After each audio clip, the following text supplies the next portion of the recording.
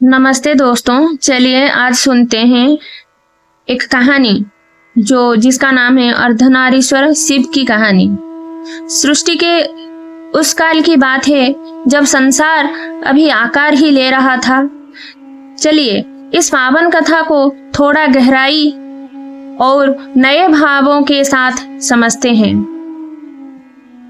ब्रह्मांड की रचना के शुरुआती दौर में ब्रह्मा जी एक बड़ी मुश्किल में फंस गए थे।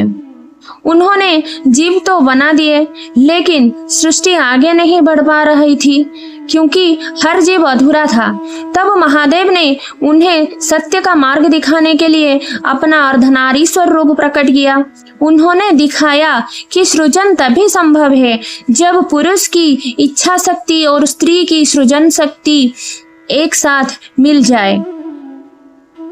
इसी सत्य को समझाने के एक और बड़ी दिलचस्प घटना घटी। महादेव के एक परम भक्त थे, भृंगी ऋषि।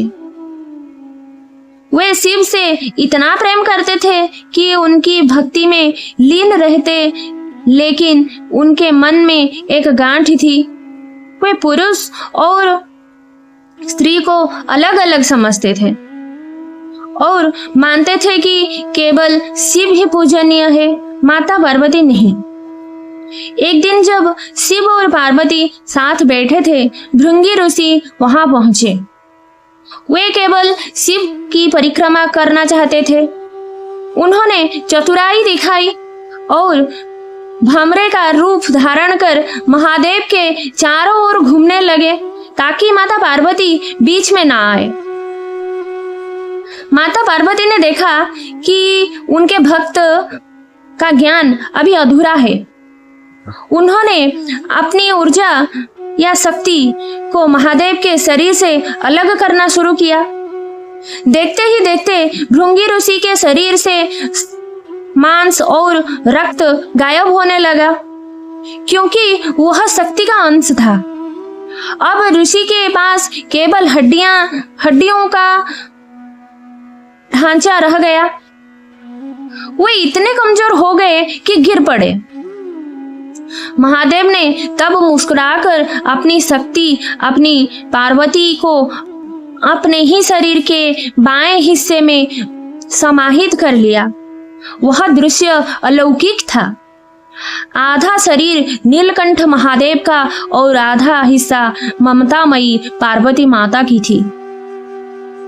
भृंगी ऋषि की आंखें खुल गई। उन्हें समझ आ गया कि जिसे वे दो समझ रहे थे वे दरअसल एक ही तत्व के दो पहलू हैं। जैसे शब्द के बिना अर्थ अधूरा है और सूर्य के बिना प्रकाश, वैसे ही शिव के बिना शक्ति और शक्ति के बिना शिव अधूरे हैं। तो दोस्तों, यही कहानी से हमको यह सीख मिलती है कि यह एक सिर्फ पौराणिक कथा नहीं, बल्कि यह संदेश देती है कि हर इंसान के भीतर कोमलता यानी स्त्री और साहस यानी पुरुष दोनों का संतुलन होना जरूरी है।